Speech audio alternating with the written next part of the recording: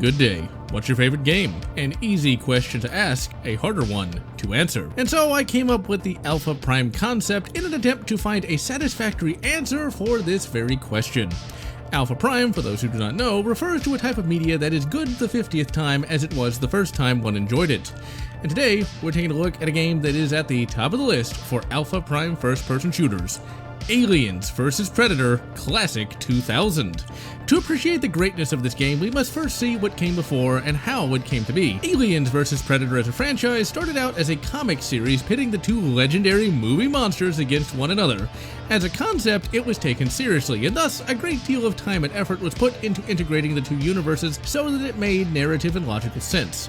The first AvP story was set in the cyberpunk future of aliens, and had the blooded elder hunter Dashende leading a group of unblooded predators, aka Yacha, to the remote desert world of Rishi to hunt some Xenos. Unbeknownst to Dashende, the humans have set up a colony on Rishi, and thus wackiness ensues. Needless to say, we had some epic battles and cool characters, and needless to say, games and movies were on their way.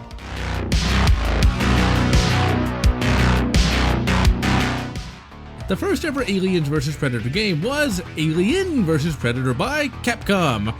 This was one of Capcom's top tier beat-em-ups. You had highly detailed backgrounds, excellently animated sprites, and numerous moves you could pull off. The story had Preds teaming up with humans to fight the evil forces of General Bush. Oh dear. This would set the tone for AvP games to come. Later, we had Alien vs. Predator for the Super Nintendo. You are a random predator fighting legions of the foul xenoforms. The graphics look pretty good for this point in the Super Nintendo's life cycle.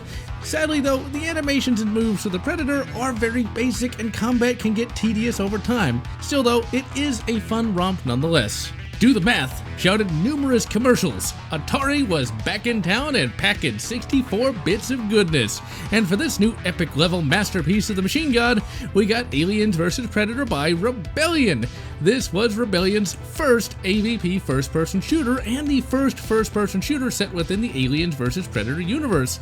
And while it was very much a product of its time, everything here would inspire what would come later. You had the three different species, you had the first-person combat that, while slow, was at least playable, and the graphics were pretty eye-opening for their day. All of those games were released throughout the 90s, and in 1999 we got the ultimate Aliens vs. Predator game.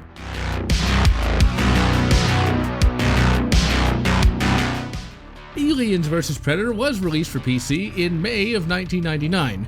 This was Rebellion's second AvP game, and it would later get a gold release due to its popularity. This gold release would add a couple of new weapons and a few new multiplayer maps. In a need to differentiate AvP 99 on Steam, it would later be given the moniker Classic 2000. What we have here is an evolution of the Jaguar game.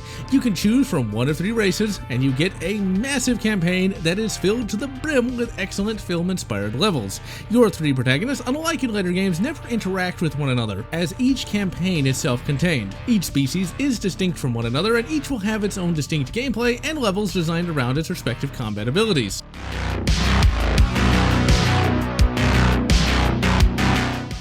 The Reasonable Marine has a playstyle that is the closest to a standard first-person shooter, and all of his levels have him trying to complete some piddly crap objectives and reach an exit. You have an M41A pulse rifle, and you can shoot the acid out of the foul xenomorphs. What you have here is the perfect encapsulation of what fighting a foul xenomorph would be like in the Aliens universe itself. Yeah, you got a rifle, but the Xenos have claws, dexterity, and the ability to hide in shadows and climb on walls. The game is fairly difficult because it has a very low gamma, and even if you crank it all the way up, it is still super dark. I wonder why people were whining about Doom 3 when it was way easier. The Marine campaign is rock hard. The Xenomorphs come in massive numbers, and the little warrior Xenos can kill you in about 3 hits. The Praetorians of Dawn and the Pred Aliens can kill you in about 1 to 2 hits. The bodies will eventually disappear, but until they do, you can take acid damage, and you better believe you can die from walking over a corpse. There are health and armor power-ups to be found, but there's only 1 or 2 per level, and in addition to all of that, you have limited saves depending upon the difficulty. This limited saves will carry over to other campaigns. Your reasonable Marine runs around like he's jacked up on Red Bull and meth, and it's a very good thing he does, because he needs to get his ass moving, because the Xenos certainly are. You have a good number of weapons from the Aliens universe. You got the smart gun, you got the Flammenwerfer, but you'll never have enough ammo, meaning your 10mm caseless carbine will be your best friend. It can kill regular Xenos in a few hits, and if you didn't get that rocket launcher or the oddly named Skeeter launcher, be ready to empty an entire 100-round mag into a big bastard. All of this combines to create something greater than the sum of its parts. What you have here is a fairly unique first-person shooter, and no other AvP game has come close to what it feels like to be on your last save with 10 points of health and the Xenomorphs screeching in your ear. This is a frantic and panicky first-person shooter experience. You have to be ready to be attacked from any direction and at any time. There are no cues from the musical score as to when you will come under attack. All you will hear is the hissing of a Xenomorph 2 inches or 50.8mm from your head. You can never get complacent and you will always be on edge. All of the levels are very dark. This increases the creepy atmosphere, but the game does take pity on you and gives you 2 items to help light the dark. You've got flares and the image intensifier. Each will have their own limitations. I never use the flares since I'm always on the move trying not to get killed, and the NVGs, while useful in some areas, make the Xenos blend into the background and can be whited out by any ambient lights, and so you have to adjust to the varying light levels accordingly. This is a game that requires practice to complete, but thankfully the devs wanted people to actually finish their game. All the levels for the 3 campaigns are just long enough to make the player feel pride in surviving, but just short enough so that the player doesn't shut the game off and smash the game disc.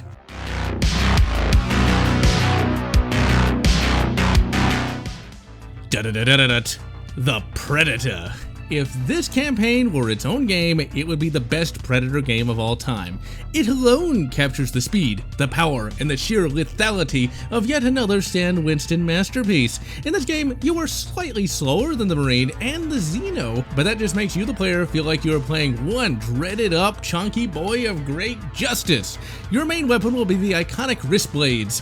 These Wolverine killers give you 2 attacks, a gentle love swipe, and a deep, penetrating high-T powered move. When first playing the game, you may not know that you even have the high-T move, as you have to hold down the right mouse button to charge it up.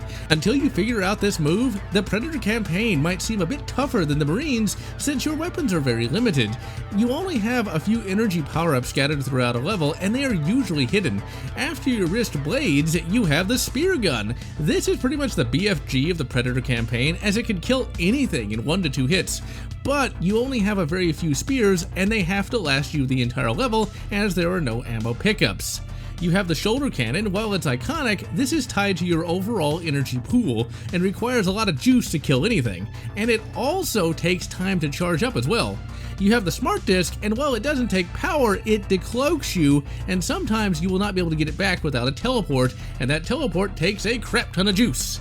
You also have a plasma pistol. It has short range. Unlike with the other weapons, it's actually useful.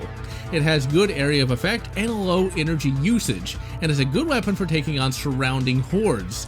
Like the Marine campaign, this Predator is facing rock-gutty hard enemies. The Xenomorphs can cut you up fast, and like with the Marine, you can be one-hit killed by the Facehugger. But the Marine has the advantage of the panicky grenade spam. The Predator can plasma pistol spam, but this is worse than the Marine, as energy is very precious.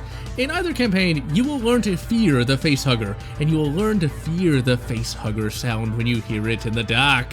As the Predator, you must always watch your energy level, since you will need all the juice you can get for 2 things: the cloaking device and the Medicomp.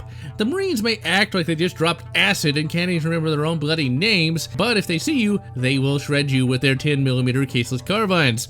So when fighting the High Marines, you have to make sure that you have that cloak up at all times. Next, you need the Medicomp, and it takes a lot of bloody power to heal the Pred, and this is the only way you can heal, so you have to balance between cloak and healing in order to survive, which means that you will be using your energy weapons very sparingly. Ergo, you'll be cutting a bastard more than goddamn Wolverine, and you must master proper timing in order to not die.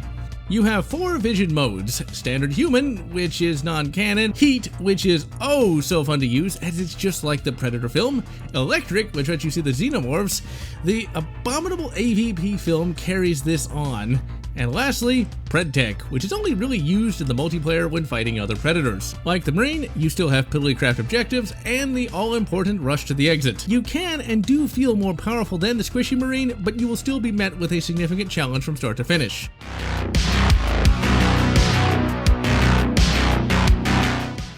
In space, no one can hear you say, "Where the hell do I go?" If this was its own standalone game, it would be the best Xenomorph game of all time. This campaign, while similar in some respects, such as still having piddly crap missions, I guess you're getting objectives from the Queen, you don't have any ranged weapons at all. Instead, you have the Giger Gropers, the Giger Penetrator, and the Giger, yeah, you can probably figure that one out on your own. These 3 weapons turn you into a living avatar of Slanesh. You fly around the level like you just chest bursted out of the Doomslayer. Yeah, he'd walk it off. Unlike in AvP 2, you start up as the Xeno Warrior and not the Facehugger, and thus you get right into the action. Your claws allow you to shred a human in seconds, and your tail is a one-hit kill. And the bite attack is a one-hit stealth kill of happiness.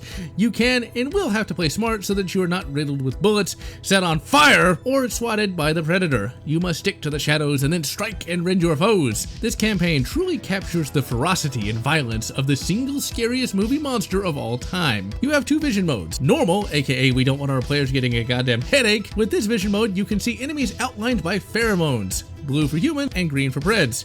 And yes, the Xeno here and in the Predator campaign can see right through the cloaking device. The second vision mode is Hunter Vision. This turns everything eye-searingly white, and it makes the whole game look kind of weird, and it also doesn't allow you to see humans. It is useful for navigating extremely dark areas. As a fellow Xeno, you will look through a fisheye lens. This doesn't make navigation all that difficult, and it makes this foul beast truly alien when compared to the other 2 campaigns. The Xenomorph can climb on walls and ceilings, and the levels are designed accordingly. This makes the Xeno levels that much more complex, and thus that much more confusing. And there are some bonus levels that I was never able to finish due to never being able to figure out where the hell I was supposed to bloody well go. But walkthroughs exist, and if you get stuck, a YouTube search should help you out. The Xenomorph campaign is a truly excellent capstone for a game that still stands tall 22 years later. Each campaign gives you a boss fight at the end, and thankfully even the boss fights have a significant amount of thought put into them. The Alien Queen boss for the Reasonable Marine has you in a cargo bay just like in Aliens. The Predator has to face off against a Queen with only a spear gun, and the Xeno has to face off against a Predator. Each boss fight will test your skills and will provide an excellent ending to the greatest campaigns in AvP history.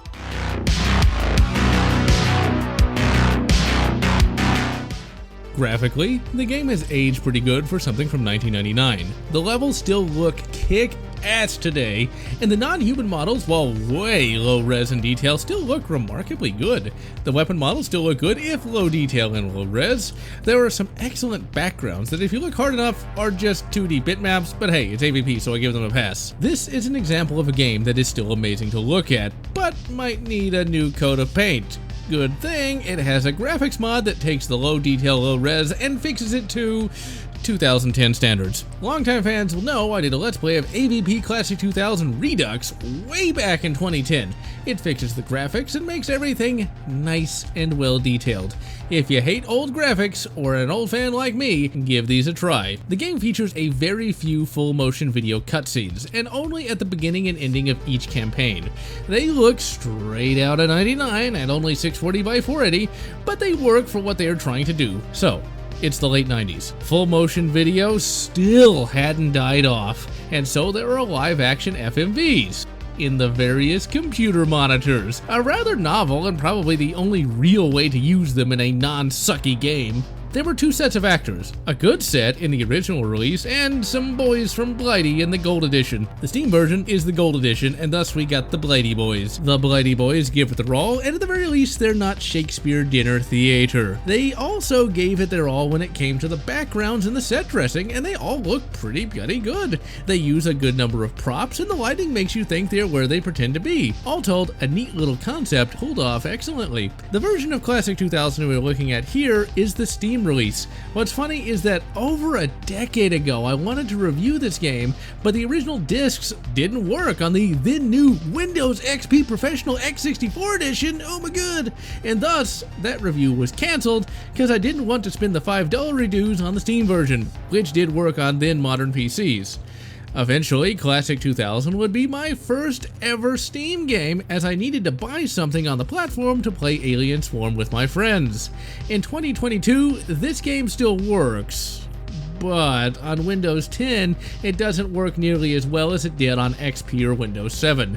The game loves to minimize itself on startup, which makes you have to pray to the machine god, and it will crash on a few levels here and there. It is at the very least 100% playable. I played it in 2K, and it looked damn good in it. And amazingly, you can use a controller with the game, and the game controls remarkably well with an Xbox 360 controller, weirdly enough. Despite the Win 10 crap, the game still works, and this or the GOG version is pretty much the best way to play, although I have seen a few mods that will let you use the original disc version, so those old discs might still be good after all.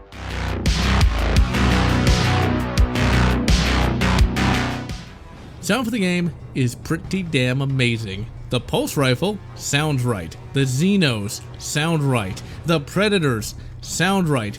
This is a game where the sounds make you feel like you're playing the movie.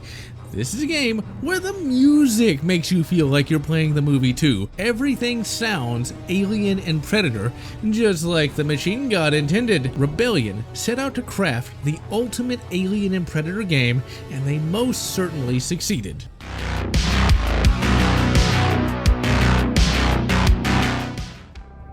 Multiplayer. You know me, ladies and gentlemen, I was never a real multiplayer kind of guy. But this game was an exception. For a period of 2 years, I racked up about 40 hours of multiplayer. I played this with my friends every bloody night, and it was glorious.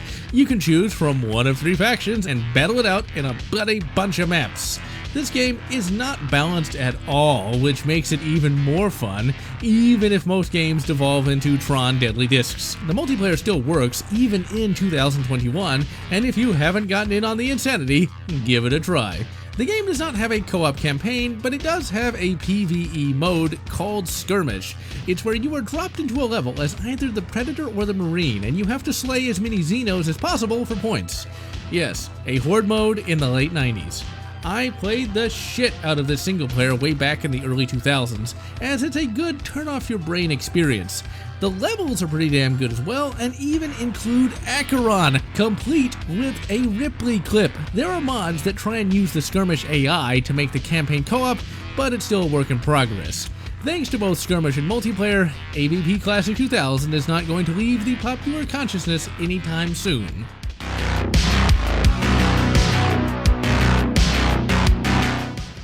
Each campaign has its own self-contained story. The protagonists never get names, nor do they ever at any point interact with one another. The cutscenes at the beginning and ending of each campaign only serve to set up the adventure.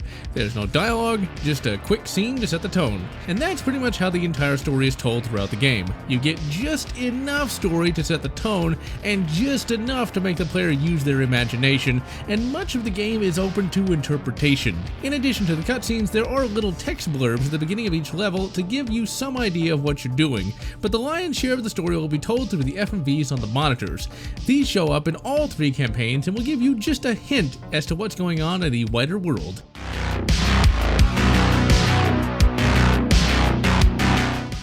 The Colonial Marine campaign starts up with the nameless Marine, aka Daryl, dreaming about making out with his sexy facehugger girlfriend. Filthy Rule 34 degenerate. Daryl awakens to find his Dakimakura missing along with all of his Marine buddies. You are then told by your CO to get your ass out and possibly find your Dakimakura. The room you awaken in has a mirror. Wonder why modern games can't do this. Anyway, you also have a picture of potentially your Dakimakura. In the Redux mod, this will be replaced by the far sexier Vasquez. The first part of the game has the tension build as per Alien standard. You pass the jockey ship, and then blam, you fight the foul Midnight Black Beast. The game does a good job keeping you nervous and then throwing you right into the thick of it. No stupid musical stings, no zooms, just pure immersion. You even get to penetrate the jockey ship's wallgina and even counter an excellent looking jockey model. And somehow by going through this room, you end up in a colony that looks suspiciously like the one from Aliens. This level is fairly straightforward, although you will encounter a few facehuggers here and there, and the level has a few maze segments as well. Eventually, you gotta get the power on and escape to an APC, and this looks absolutely impressive even though it's just a bitmap. The next level is a bit confusing, as many of the corridors run right into one another, so expect to get a little bit lost, and make damn sure you shoot this bloody thing and knock down this walkway, otherwise, well, your keyboard might suffer damage. Thank you, Rebellion. The end of the level has this really cool scene where you are picked up by a dropship. Not bad for 1999. It was this level that was my stopping point when I first played the game. I could never figure out how to progress and put the game down a couple of months. And then one day I finally gave it another try and just started randomly shooting things, and I found that busted hidden walkway. And after that, I was hooked on this bloody game. So the next level was a big deal for me because it was the first new AvP level I had seen in months. And what a level! You see a pred ship blast a dropship free and even fight a predator. Better make sure he doesn't snack bar himself. This level here is a bit easier than the one previous, despite having to face some pretty boys. Just ask them to have a seat with your rocket lawn chairs. This level also introduces the useless, crappy Xenomorphs. Must have been made by some random Jay Leno genie to be this useless. It's a Xeno that has had its arms replaced with plasma cannons? It's slow and not at all durable, and the sheer crappiness of this cyborg really makes you wonder if Weyland-Yutani bought out OCP. After you escape from the infested space station, you end up on a Costanoga class spacecraft. The same class as the Sulaco itself.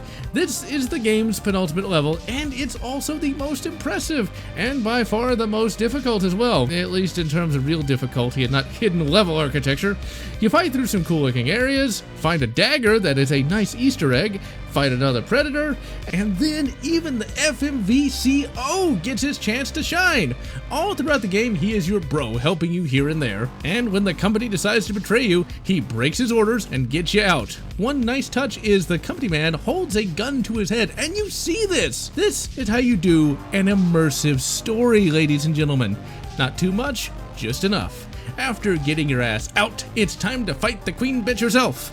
This fight is tough and might seem impossible if you don't know what you're doing. Like in Aliens, you have to blow the bitch out the airlock. And so what you have to do here is you have to open up this panel and then shoot these little things, all the while trying to dodge the queen throwing boxes at you and then trying to rend your flesh. After you tell her to be gone thought, you'd better make it to this little area so you don't get sucked out into space.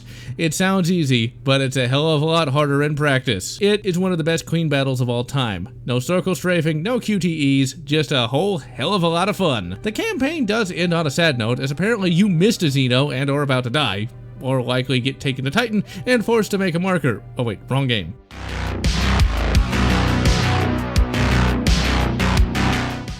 The Predator campaign lacks the overarching escape plot that the Marine had, and instead, the Predator decides to show up at Area 52, where all the real good shit is hidden, including the Lucas cut of Shisa of Skywalker.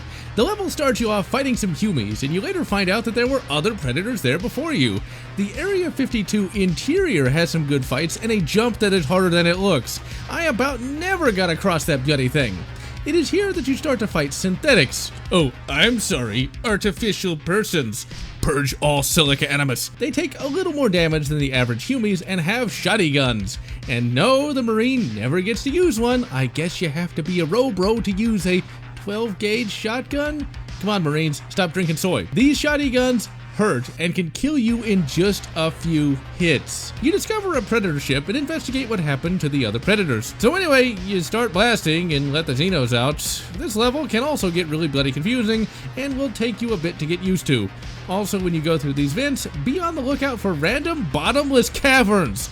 Why does this need to be here? You fight a pred alien in this level, and it is a mutated predator and not a natural, I guess, creature. It's not even really a boss. The game acts like it's one, but you can just shoot it with one spear and it dies. You have to get back to your ship before the base explodes. Hope you remember how to get back there. This level took me ages to complete. but after I defeated it, I was hooked now and forever. The next level takes place on Fury 161. No! Screw you, comment section. Say what you want about me, but your praise of that horrible Alien 3 abomination, that goes too far. Heresy! Destroy it! So after escaping Area 52, the Predator's closest thing to a narrative comes to a close. Now the Predator just shows up at cool places and kills things, just like nature intended. Fury 161 unfortunately looks great and has some poison Easter eggs to find. Even the ending is too good for it, as a Predator ship comes awesomely enough to pick you up. Next, you got the caverns. This is the penultimate level for the Predator, and it's the weakest of the penultimate levels. The design is okay, but just kind of phoned in compared to the Marine and Xeno levels. Your final battle is against the Xenomorph Queen, and your electrical weapons get disabled for whatever reason. So you take out your BF spear gun and penetrate her sweet, supple flesh, and then pose like a boss.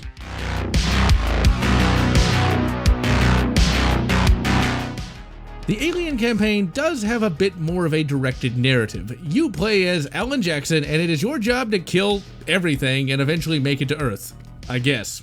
You start up in a Yatja temple. This was, of course, way before that horrific AvP film, and if you like it, extra heresy. So I think this is where Paul W.S. Anderson got the idea. Now, why it went from a space station to a temple in Antarctica, I have no idea. This level is tough and confusing, and you will wander around all the time until you figure out that you have to knock out these supports to access the rest of the level. This level took me ages to beat, but when I did, I was hooked. This type of game design will ensure that you have some pretty epic gaming memories. Pretty much all the Xenomorph levels are confusing, but pretty fucking great, with excellent design and awesome carnage. You eventually stow away on a vessel that is almost exactly like the Nostromo, and it is the best level in the Alien campaign, and dare I say, the best in the entire game? This is Alien, only you're the alien, and you kill everything. Sigourney's not gonna save you now. Next level has you on Gateway Station. You kill everything, and then before you know it, it's the final battle. You are still on Gateway Station, but the hazards are even more fun to avoid, and the enemies are even tougher. And we get a cool FMV monitor showing a Pred skewering a guy, and the wrist blades look really good. The final battle for the Xeno is against a Predator, and it goes about like what you would expect. The end of the game has the Xeno stow away on a shuttle filled with eggs. An excellent ending to a holy relic of a game. Upon completing a campaign, you can unlock a set of bonus levels. The harder the difficulty you choose, the more bonus levels you unlock. The bonus levels for each campaign are the other campaign's levels, just backwards. In order to play them as the Marine, you get a jetpack to fly around, and the Predator gets a grappling hook to Batman around. These control well, so well in fact it's pretty amazing that they were not used in the main campaign. And where they are used most often are the levels unlocked by the director's cut difficulty. This shows yet again that in '99, Rebellion was at the top of their game. One moment though is a bit odd. When you play the temple level as the Marine, you escape when this window gets blown out. I hope the Marine can breathe in space.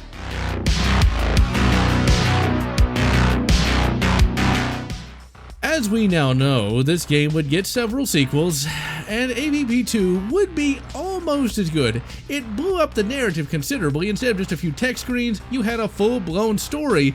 But the gameplay was slowed way down. The levels were much more realistic and, dare I say, basic. It was still an Alpha Prime game and a holy relic in its own right, but for me, AvP 1 will always be the best, as it was able to nail the gameplay just right, and had a story that required the player's imagination to work. AvP 2010 focuses even heavier on the narrative, and this worked to a point, and it certainly was not as shat as I felt it was back in 2010, but it reduced the gameplay even more than AvP 2 did, and this left me wanting more.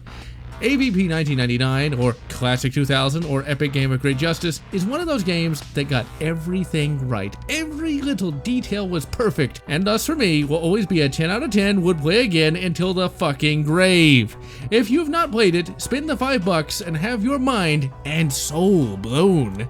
And so, I am GeneralLotz, wishing you good Fallout New Vegas and good Titanfall 2, or whatever makes you happy. If you enjoyed this video, please consider subscribing, and please consider leaving a like or a comment, as the algorithm desires your soul. And I want to thank all those fans who have supported this channel, both past and present.